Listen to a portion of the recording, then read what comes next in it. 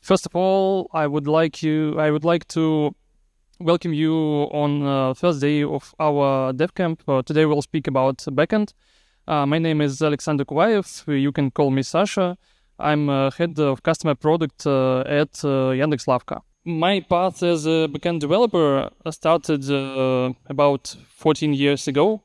5 years ago, I joined Yandex as a backend developer, and now I'm head of customer product. Let's talk about backend. What we'll talk about? We'll talk about backend development, and we will write service from scratch. We will follow the development of a feature from idea to implementation. But we will not write code. We will not use specific programming language. We won't even talk about code. We will deep dive. We will not deep dive. We will look broadly on everything in the backend development, because backend development is not just writing code. It's much more, and we will see today every steps of it. What is the feature path of backend development? First of all, we have an idea. Every feature starts from an idea. Next, we will bring some hypothesis. Next, we will write an MVP. It's a minimal viable product. Then we will talk about architecture. We need some architecture to develop our service. Next, we'll write code and test it. Then deployment. And at the end, we will analyze our feature. Is it good or bad, etc. Let's talk about our service. Our service is Yandex. It's about 100,000 products. We have titles, descriptions, we have ingredients, etc. And we will write search. What is a search? User type some query into our search screen, and we should show user items, products that is relevant to his query. Relevance is a hard topic. We will not deep dive into it. Just let's assume somehow we can calculate relevance for user. But why are we doing this? We need some hypothesis, because every feature needs them. We will use such framework. For example, if some action happens, then expected result, because some explanation. For example, hypothesis 1. If user uses our search, then he will fill his cart faster and process order faster. The other, because he doesn't need to search items in a catalog, he can check out faster. I think it is a nice hypothesis. The second hypothesis is that if user uses the search bar, he will buy goods that he hasn't bought yet, because he will find new products. Maybe we will shuffle some new products into his search response, because catalog is huge. There are about hundreds of thousands items, and no one can see all items in our service. By search, we can show user that there are more than he buying every time. I think that's a nice hypothesis. Let's try to implement them. What will be our first act? Our hypotheses are formed. Let's speak about development. And let's speak about MVP, minimal viable product. Why are we talking about it? We can develop feature full-fledged solution in about 3 months. Or we can test our hypothesis in about only 2 weeks. Let me show how MVP of our search feature can be made. We can make at front-end side search screen with query, where our user can type his search text, search query. Then we will implement some endpoint on our backend. For example, get search with text query. Then we will process this request on our backend and select data from database. We can simply store titles of products in database. For example, manually set this data in DB and simply select, for example, as you can see on the right hand of the screen, by title. It's a very simple solution. You can make it in several weeks and deploy and test a feature. After you select titles and IDs of products, you can add stocks. Check if this item is available on the warehouse, and enrich with data from catalog, for example, pictures, for example, descriptions, ingredients, etc. But why are we doing this? If our feature is successful, then we can develop full-fledged solution in 3 months. And our feature is already, users can already use our feature after 2 weeks of our development. But if our feature is bad, maybe users don't need it, or it is not suitable for our service, etc., etc. We can just delete it, and we lose only 2 weeks of development, not 3 months.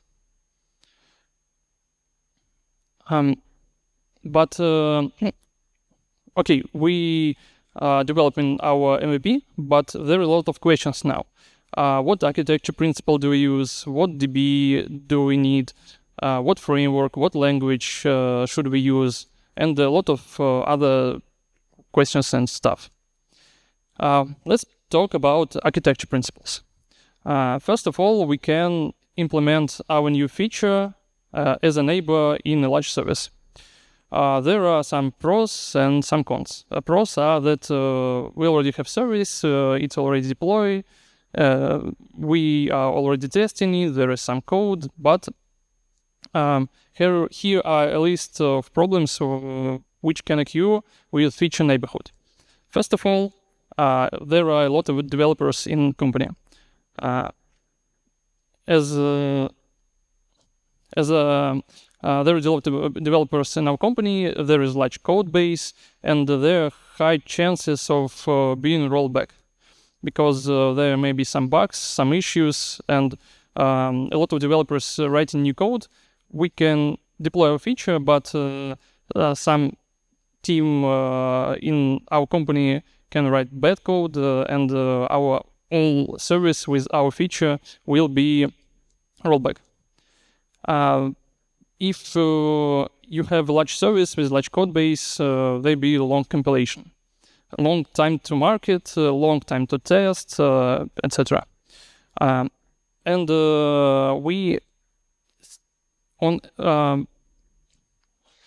When we are making MVP, we don't even know how much load our feature will bring to our service. If our service supports if our service should work 24/7, our feature can bring it down or slow it. That will impact our users. We don't even know how much load, how much RPS, how much CPU our feature will use on our large neighborhood services. Let's talk about second architecture principle. The second part is about, rule of thumb. Rule of thumb: to place a new feature in a separate microservice. First of all, if your feature is independent, for example, search is pretty independent. You can use it without cart, without catalog, without anything. So if you can separate your feature from large service, it's nice to write it in a separate microservice. Second is scalability. We operate resources. If our feature uses a lot of resources, for example, search uses a lot of CPU. It's nice to separate it, so it won't affect our large service that our users need 24/7. And the last but not the least is safety. If our service needs to process some personal data, some secure data, then it's nice to separate it, so you will not other parts of your service will not work with this with this personal data and secure data. Okay, let's assume that we will write new microservice for our search, and let's talk about databases. How should we choose a database, a framework, or something else? In big companies, there are always a list of supported technologies that can be used in a new project. For example, here on the right side of the screen, you can see something called tech radar. Tech radar is a representation of whitelist of technologies. It describes which tech is preferred, which is allowed, and which is frozen. For example, here you can see adopt, but there are technologies that you can use for new projects. Trial is technologies that is on probation. Assess is technologies that are used in some of your services, but you should not use it for new services. And hold is something like technologies that are frozen, that you are not allowed to use, and which will be deleted from radar as soon as possible. So you can use some tech if your team has expertise, you have support infrastructure, it is on a white list in your company, and the last but not least is fit for purpose. Let's talk about what is the best database for document searching. For example, we can use PostgreSQL. It's a great database. You can, I think, write everything on Postgres. But is it the greatest database for search? I think no. But it's decent. For example, you can use MongoDB. MongoDB is a great database to work with documents, but is it good for search? Maybe if you select by ID or some key, it's okay. But I think it's not suitable for us. And we have OpenSearch. OpenSearch is a great storage for data, for search, and we can use it if it is in a whitelist in our company. Okay, let's talk about programming language. Here on the right side of the slide, you can see difference between C++ and Python services with one core. C++ can hold about 400 RPS on one core, and Python can hold about 110. But that doesn't mean that you should always use C++. Because, first of all, your company may not have it in a lot of languages, but C++ is great when you have a lot of load, a lot of CPU-bound tasks. But if your tasks are IO-bound, maybe it's not the greatest pick. Of course, team experience matters a lot, and lot of things. When to use Python? Python is great when you need to write something quickly. For example, in 2 weeks. It's great for prototyping. It's great for writing very fast. And if performance is not important for your feature, Python is a great choice. Also, Python is very good for auxiliary services and tests. In conclusion of this block, let's summarize key ideas. First of all, prototype as simple as possible. Second, use technologies known to your team. Use right tools that suits your task. And do not over-engineer things. And always be ready to shut down and delete feature that you just developed. It's okay that hypothesis doesn't make sense and the feature is not users are not interested in our feature, then we can simply delete it and forget and never do the same thing. Okay, let's assume we already chosen our tag, but it's time to talk about some processes. There's a lot of developers in our company and in our team. Everyone is implementing its own part. So how we will integrate it all together? The simple answer is write an API. For example, here on the right hand of the screen, you can see OpenAPI free HTTP description of our API. It's great because it's verbose. You can read it without any documentation. You can understand what is in the request, what in response. It's very simple, and a lot of developers know how to read it and can implement their part that operate with API. And also, OpenAPI free is great because in a lot of languages you have code generation. You shouldn't write boilerplate parsing API. There are a lot of libraries that speeds up your development just because there are code generation. gRPC is too great because of this, but gRPC, in my opinion, is not as verbose as OpenAPI. Let's see how API description works. First of all, there are endpoint paths. For example, here is V1 search. It uses get HTTP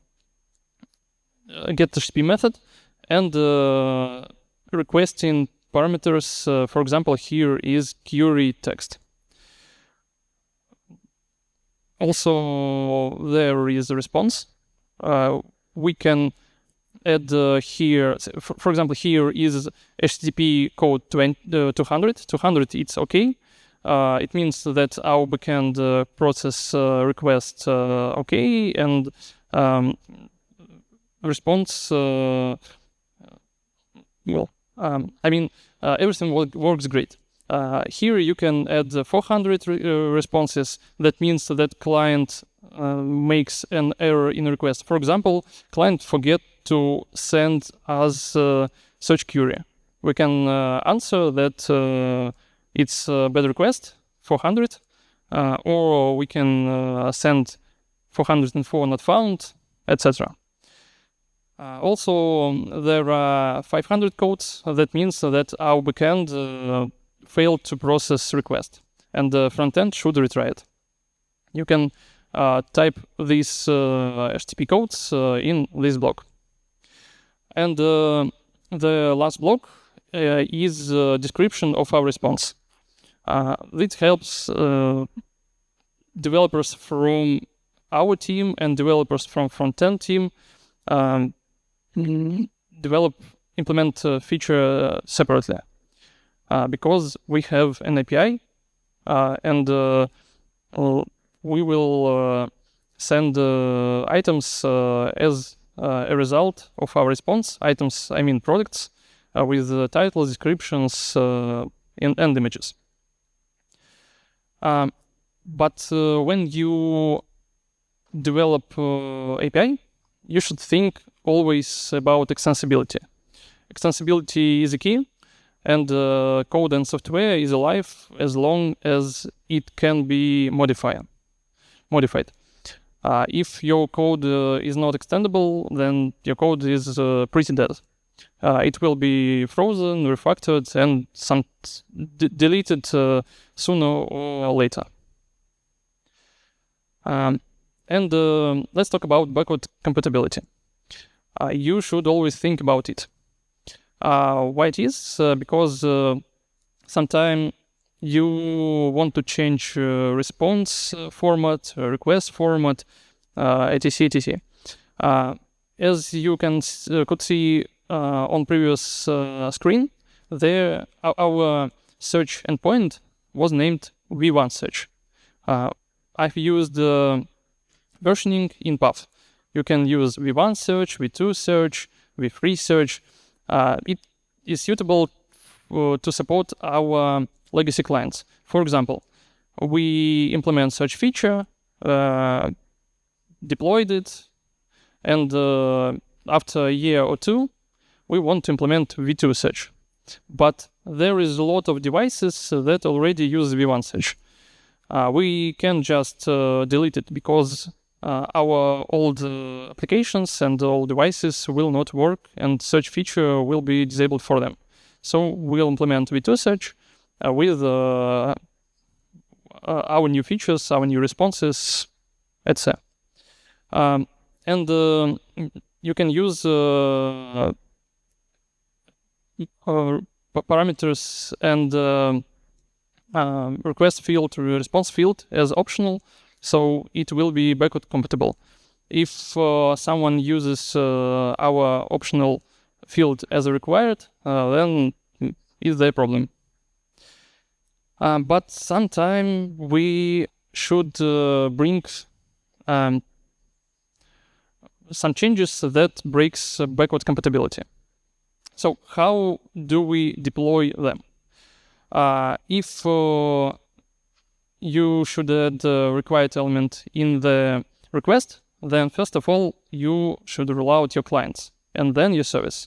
So if your client is already sending new field as required, then it will be okay. We will deploy our backend service and our client will send every time this field and everything will be fine. If you need to add a required field into response, you should first of all deploy your service, deploy your backend. So backend will send every time new field, and after it you can deploy your clients because the server is already serving you response required field. Okay. We describe our architecture, our API, but how can we be sure that nothing was missed? It's okay when a feature or idea or something changing on the flight. Nothing can be. I mean, you cannot describe everything at the start. Sometimes you forget something, sometimes you thought some idea was great, but it was not, and you should reimagine it. Sometimes you have implementation that you think is okay, but it will be too slow or use too much resource, and you should redo something on the flight. But there is a cost, and it grows with the project progression. There is a simple rule of 1-10-100. One is an idea step, hypothesis step.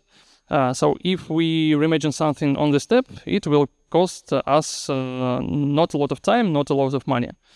The second 10 is implementation step. If we find out that we should redo something on this step, it will cost us a little bit more because we already started implementation, we already wrote an API, we already wrote some code, and the last step, 100, is step when we roll out in our feature. Why it is so costly? Because we already write code, we already tested it, we already starting to deploy it, and on this step, we realize that something is missing, that our idea is not as great. And we started to reimagine our idea, rewrite code, retest it, redeploy it. It is very, very costly and takes a lot of time, takes a lot of money, and you should you should not do it.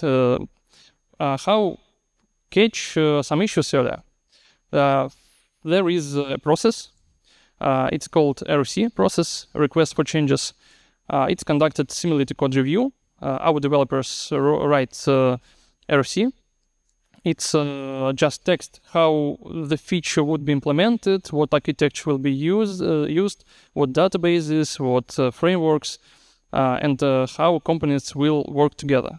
So if there is some issues in idea, we will find it earlier and reimagine it on the step of idea, because RFC is written between hypothesis step and implementation step. Okay, let's assume we wrote some code, go through code reviews, code styles, linters. Now let's talk about testing. Let me introduce you to testing pyramid. First, there are some steps. First step is E2E testing. It's end-to-end, for example, front-end to back-end. We can test the whole scenario as a user uses our feature. Next step in pyramid is integration. It's integration tests between several parts of the system or whole parts, for example, whole backend tests. And the last but not the least is unit tests. Unit testing is testing of small parts of our code, units, functions, etc. The number of test cases decreases as the level increases. You can write a lot of unit tests. They are cheap, they are simple. You should write a little bit more integration tests because they are harder, they are bigger, and E2 test you will need several of them because they are they will flap more, they are harder to write, you need more infrastructure to test. And talking about infrastructure, also maybe you need performance testing. What's performance testing? You can test how much your service provides load on, how much your feature provides load on your service. For example, how many RPS do you have before breakdown? Would you survive for -1 data center? Will you survive if part of your service fails or breaks down? Talking about testing, as I said, different tests should be run in different environments. E2 test is the hardest one and should be run in, for example, testing. But unit tests, integration tests can be run on your local device and should be run on local device of developer. Why it is so? Because if you write unit tests and integration tests and it is only runnable on CI, that means that developer will write code, deploy it to Git, and only then this code will be tested. Why it is bad? Because it is a lot of time to rewrite some code. So you implement code, set it to CI. After several minutes, you realize that there is a bug. You fix bug, deploy it to CI, and it takes really a lot of time. It is faster when you can run tests on your local machines. Unit integrational and E2E testing can be run on testing environment. Testing environment is like a prod environment, but without real users, without real orders, without real data, but it's prod-like. We can test everything on it. And after everything is tested, we can deploy our feature into pre-stable. Pre-stable is like pre-production. It's like production with real data, with real orders, but sometimes without real users. It's like production for developers when you can test your feature in real production. And after everything is okay, you can test, run smoke test in stable and check if everything works fine. In conclusion of this block, let's summarize some key ideas. First of all, your API should be clear and self-documenting, because it's a tool to negotiate between developers. Also, you should always think about backward compatibility and how you will be introducing breaking changes.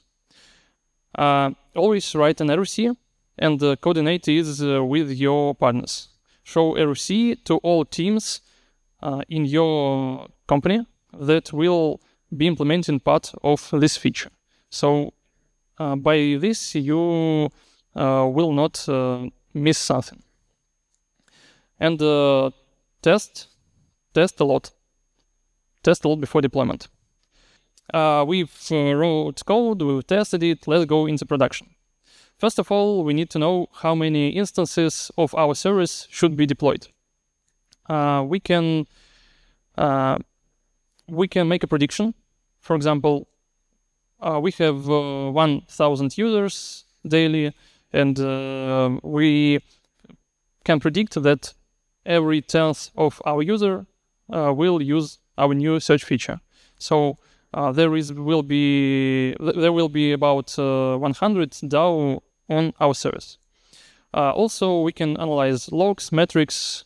If we're implementing feature that our users is already trying to use, so we will have some logs about it. For example, if we can see that user tries to find search on our pages, we can implement search, and as the number of users that tries to find search will be our starting point. Also, you can evaluate current performance. We spoke about performance testing. You can test your service in testing and assume how much load you can hold. For example, if you're holding 100 RPS and your prediction is 500 users, then you should have at least 5 instances. A lot of time in high-load services, you will need several instances in several data centers because some data centers could shut down because of electricity issues, because of internet issues, and our service should provide service for our users 24/7. So let's take a look at the deployment diagram. First of all, when our user tries to search in our Lavka service with some query and send a request to our backend, first of all, we need to get IP address of our backend by hostname through DNS. After it, it will be sent to L3 balancer. L3 is level 3 of OCI model. After it will be sent to our L7 balancer, and L7 balancer will send it to our instance in data center. And after it all, there is a database, and the databases should be synchronized between data centers. So there is a lot of stuff going on. We can't just simply deploy our new feature on some virtual machine. There are a lot of instances, a lot of data centers, so we need something called gradual rollout. gradual rollout helps us to deploy our feature service by service, instance by instance. Why do we need it? Because our service should work 24/7. We can just shut down service for maintenance. We need something called gradual rollout, and we will turn off and update instances by one by one. Here you can see in green circles example of how update of one instance looks like. At the top, you can see RPS share between data centers diagram. You can see there is some fluctuations in it. And you can see spikes and timings, OKRPS and bad RPS. Why there are spikes? Because when we updating our service, it shuts down, and ping requests are still processing by balancers. So balancer can know if your service is already alive or it is not. If it is not alive, it will answer 500 for ping, because there is no service, no one can provide this endpoint. And when your service updated, then it will answer 200 for ping. Our load balancer will know that our service is now live and will send user request to it. In the blue circle, you can see some fluctuations in RPS share. It is gradual rollout of our other services, other instances of our service. Okay, let's assume our backend rolled out. Our feature is in production now, but is the feature enabled for everyone? We need feature toggles. We love feature toggles. We use them everywhere. Why do we need so? First of all, of course, gradual rollout. We can roll out our feature, not for everyone, but for some teams, for some part of audience, because maybe we miss something, maybe it's not coded that great and will slow down our service. Maybe there is bugs. By feature toggle, we can disable a feature. Because, as I said, there can be bugs, and we should not provide service with bugs for our users. If there are a lot of problems, then we can just shut down, and we will not roll back our backend services. We can just disable this new feature.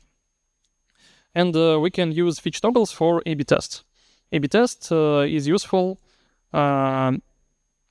because by then we can understand is our feature needed for our users or not.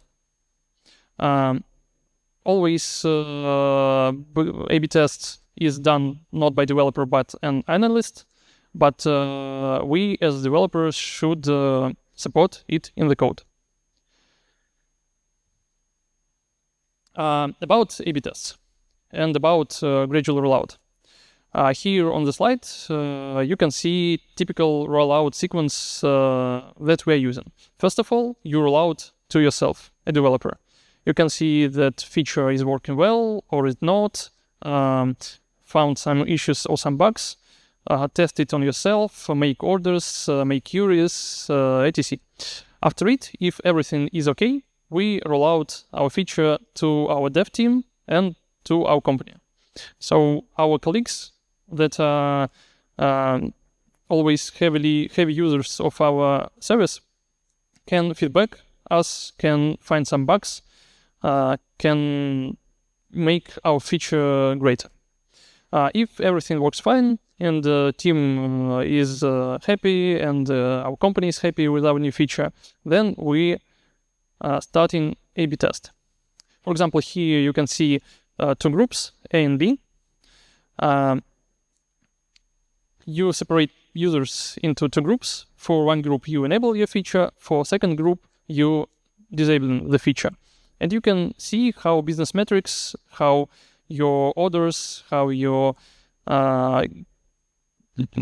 how your card is doing, is business metrics improving from your feature or not. If everything is unsuccessful, for example, your feature is not welcomed by users, or it decreases business metrics, or it not works great, you can disable it and start from point one, idea and implementation. If your feature works great, it improves business metrics, then you can roll out it to the whole world. But sometimes we should check if our service working or not. Let's talk about health and observability. First of all, let's talk about monitoring. Monitoring is key instrument here. For example, on this slide, you can see several HTTP backend monitorings, databases monitoring, and CPU. And interesting, in the right bottom CPU graph, it is a data center performance testing. So we disable one of the data centers and checking that our service is alive without it. Because if something bad happened and the data center shut down because of electricity or internet, we need to know that our service will be still alive and will provide 24/7 service for our users. And what are we monitoring? First of all, resources. CPU, HDD, RAM, etc. For example, here on the screen, you can see HDD monitoring. Also, we monitoring AP backends. Response codes, errors, 500 codes, 400 codes, endpoint timings, all request code. On the screen, you can see errors, response codes monitoring. Also, we're monitoring queue tasks, queue sizes, time that task spends in the queue, task completion rate, errors in background tasks. And last but not the least, business logic dependent monitorings. How much product are in response, what is the conversion in cart adding, and other important business metrics. But monitoring is okay. Charts are great. There are a lot of them. But how and who and how should monitor them? Because our service is working 24/7, there are a lot of graphs, a lot of charts. We can use alerts, and let's talk about alerts and level. Alerts always come handy. There are 3 levels. First level is disaster. Disaster means that something is broken. Something's totally broken. Our service is not working. We should respond as fast as we can, solve the issue, because business is losing money, users are not having their service. It's very bad. Our user can go to other services. Well, when disaster happens, you should respond as fast as you can. The other level is crit. Crit is means that something bad happening right now, but our service is alive.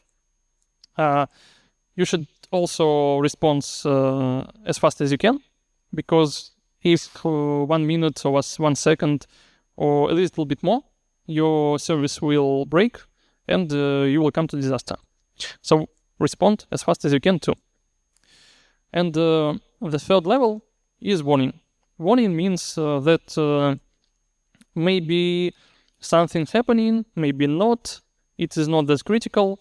You can solve it in next working day, but you should have zero tolerance for warning alerts, because if you forget to fix it, then it's once be warning, second time be warning, third time it can be crit or disaster.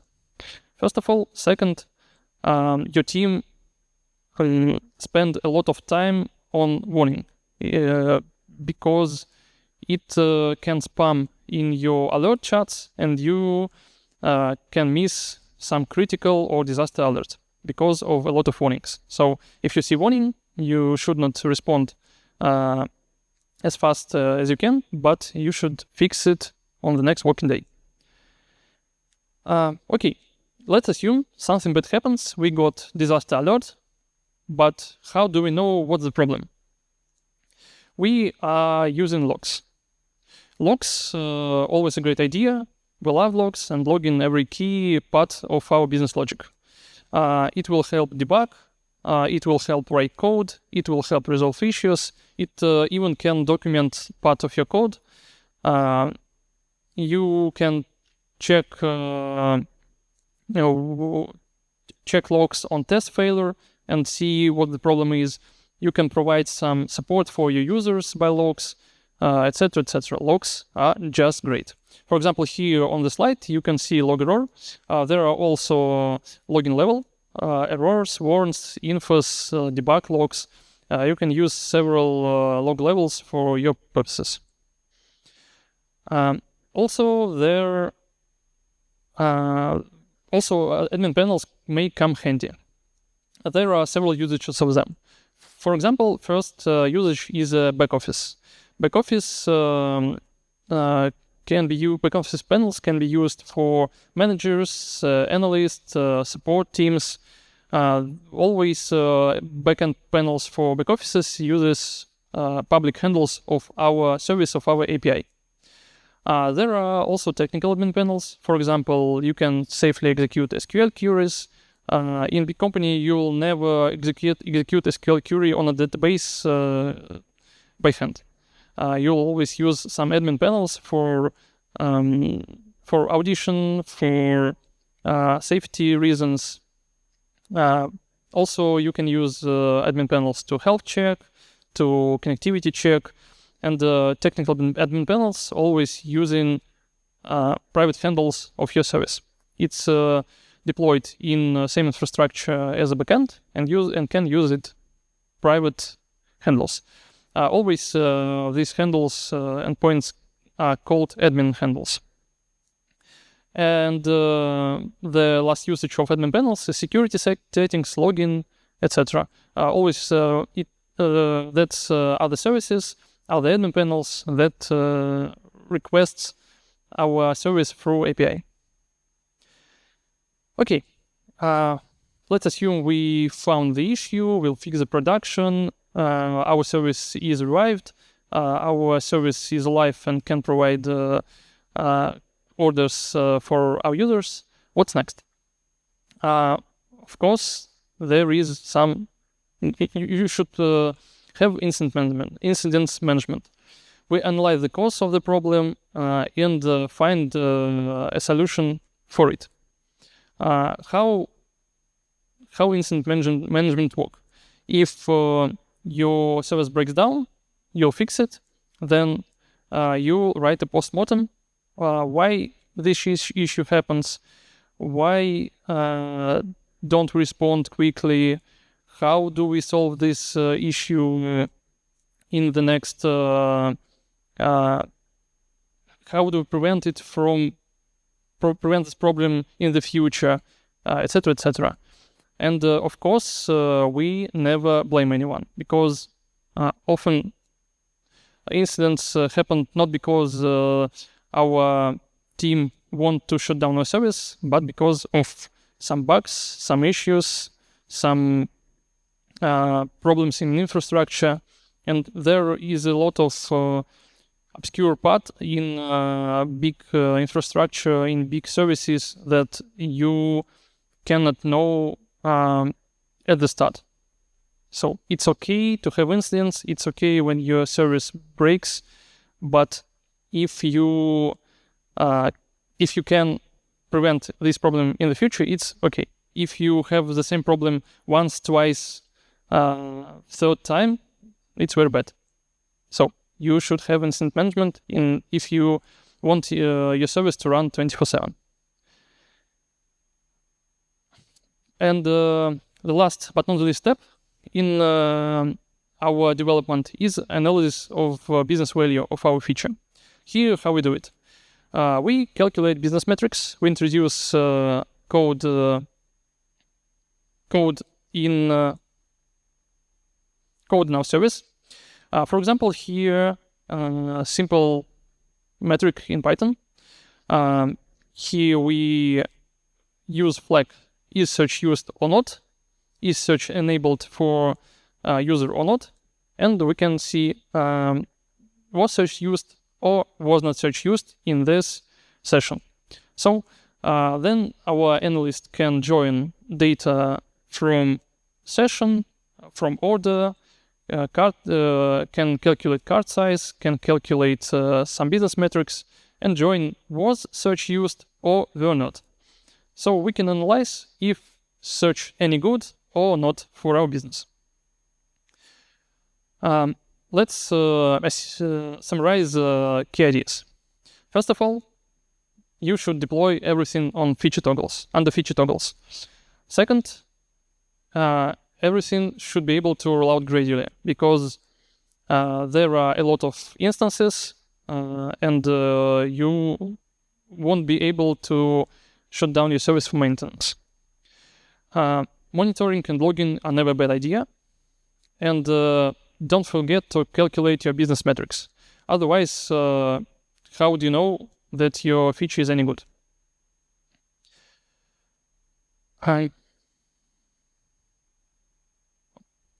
My speech could have ended here, but you can never know that could happen. And one doesn't simply roll out a feature. What happened in our case? When we roll out our feature to 100%, our search has become very, very slow. The visible part of the problem was that RPS load was increasing and spikes a lot. The other visible part was that database of documents was growing. We added more products, we added more stuff, we added more descriptions, and the database growed a lot. And charts show increase in search response time.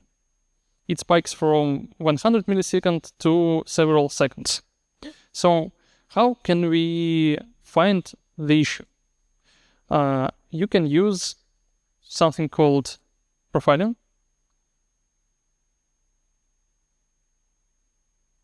Okay. What is the diagnosis step? First of all, you can use capture thread stacks and analyze if everything bad happening in them. Second, you can capture flame graph. Flame graph looks like this. What is flame graph? It is time of every function in your code is working. For example, here you can see some long bars, and you can deep dive into them and search is the code is good or there are some issues. Maybe you can optimize something and the search will work faster. But in our case, the issue was not in our backend code. It was in database.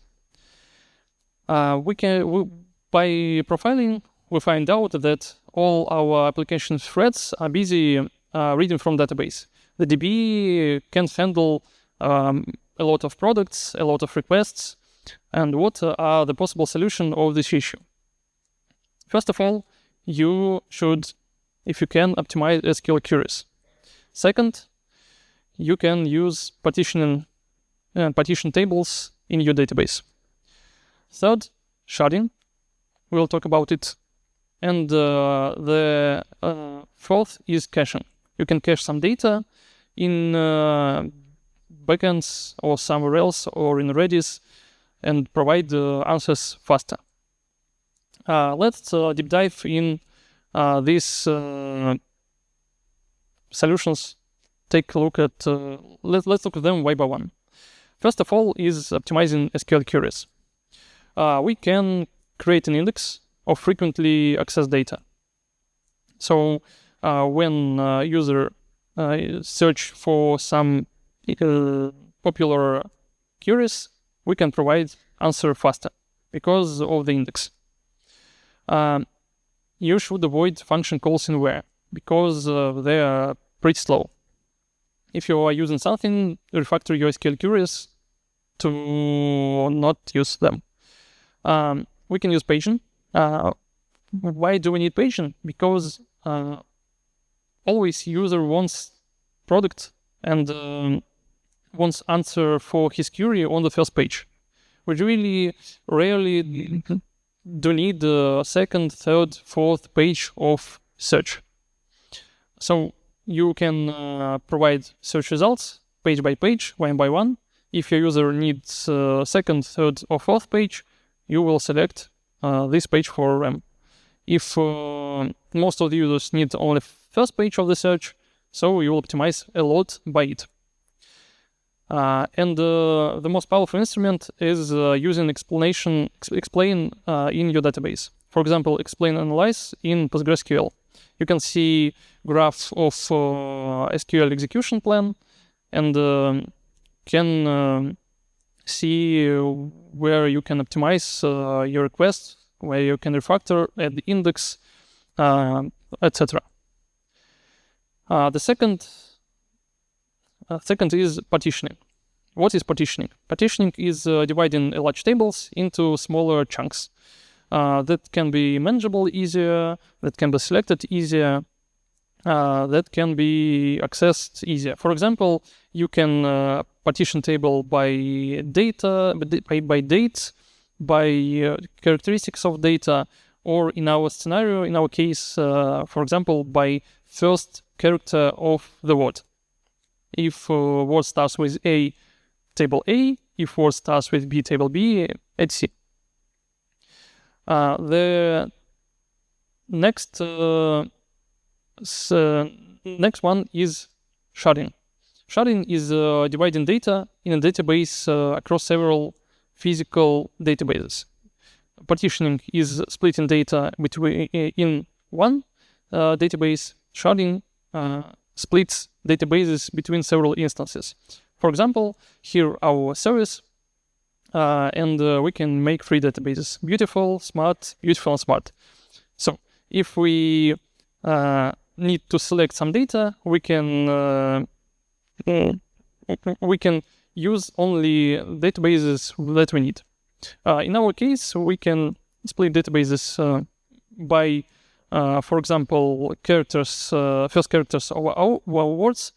If our word starts with letters from A to F, select from first database, from E to N, some second database, etc. It's very useful. Databases become smaller, queries become faster, but there are if you're using sharding, you should always think about how will you reshard if your database is still growing, still grow more. What do I mean? For example, we will make shard for words starting with letter from A to F. But several years passed and we have more products and database is still growing. We need to split this base into two. For example, from A to C, from C to F, from D to F. And resharding is a very hard process. So think twice if you want to use sharding for your database. The fourth is caching. Caching is fast access buffering for your data. For example, users will search for milk, for eggs, for lemonades, and you can cache result for these requests, and answer faster for these popular queries.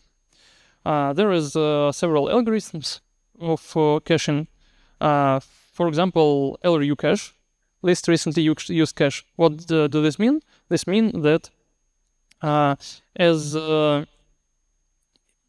in cache there will be the least recently used data. For example, if you request some query, it will be stored in cache. If it requested second time, it will update in cache. If it will not be requested several minutes or several hours, it will be pop out of cache, and place in cache will be replaced with new data. The second algorithm is FIFO, first in, first out. Simple as it sounds. It's like queue. First item inserted in your cache will be first popped out of your cache. The other algorithm is, for example, least frequently used. It's opposite of least recently used. Oh no, sorry. Least frequently used is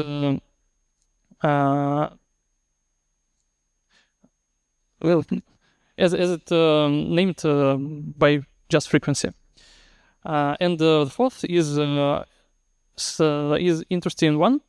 It's called adaptive replacement cache.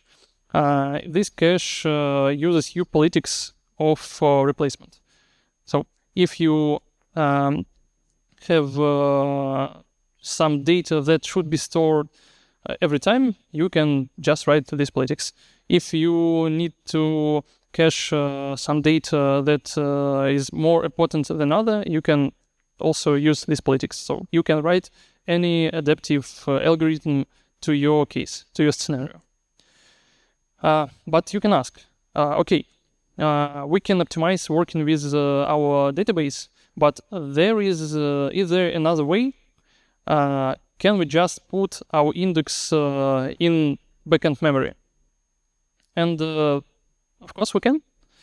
How it will work?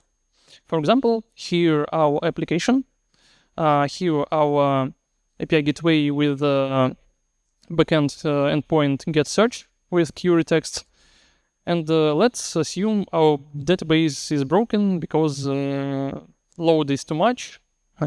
In our case, it is so. How can we use cache, and where do we store it? Let's implement the index of our product names and store it in memory of our search service.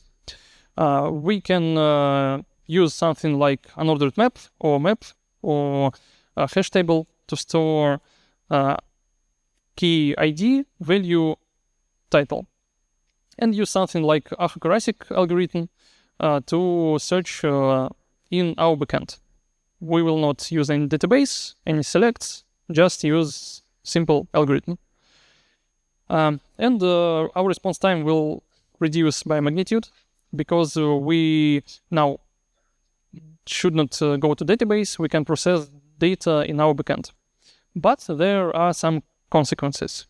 First of all, if we store data in our backend, the first problem is that it is a very CPU-bound task to calculate search result. So we need more instances of our backends. Second consequence is that all of data of our products should be stored in backend. So we need a lot of RAM to store data in backend. And the problem here is that we need, first of all, a lot of CPU, second, a lot of RAM. So we need a lot of instances with a lot of RAM. It may be not very cost-efficient solution, but it will be very fast.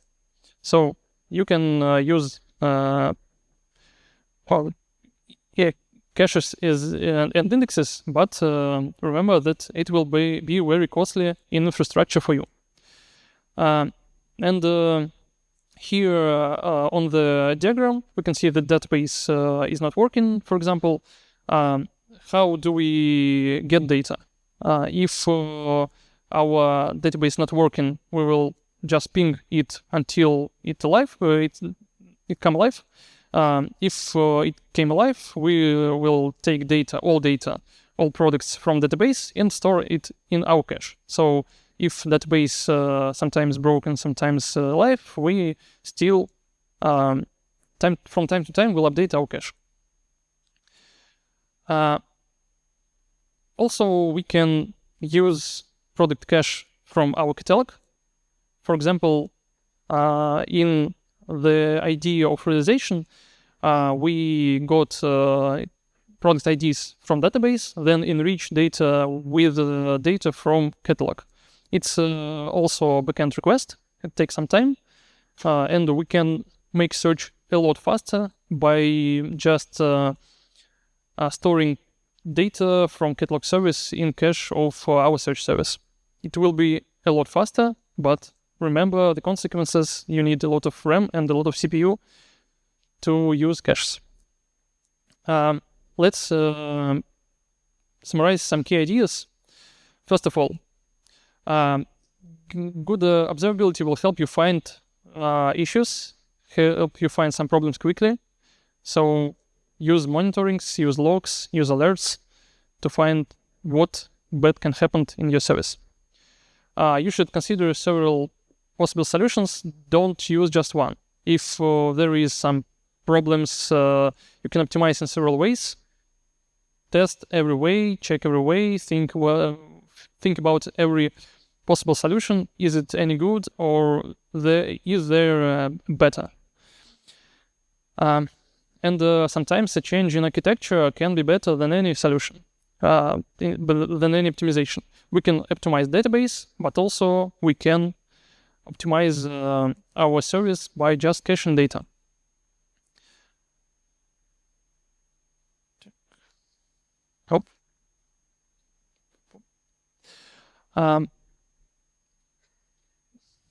So that's the end of our talk. Let's summarize everything that we were talking about backend. At the start of the speech, I said that backend development is not just writing code. It's much, much more than that. Let's summarize every step in conclusion of my speech. First of all, we talk about idea of search service. We talk about what idea do we do, why do we make search at all. Maybe we don't. Maybe there are some bad ideas. Then we should generate some product hypothesis. Why do we implement in such a way? What do we check if we implement this feature? How it will impact our users? How it will impact our business, etc. Then we talk about MVP development. Why do we need MVP if we can make a full-fledged solution?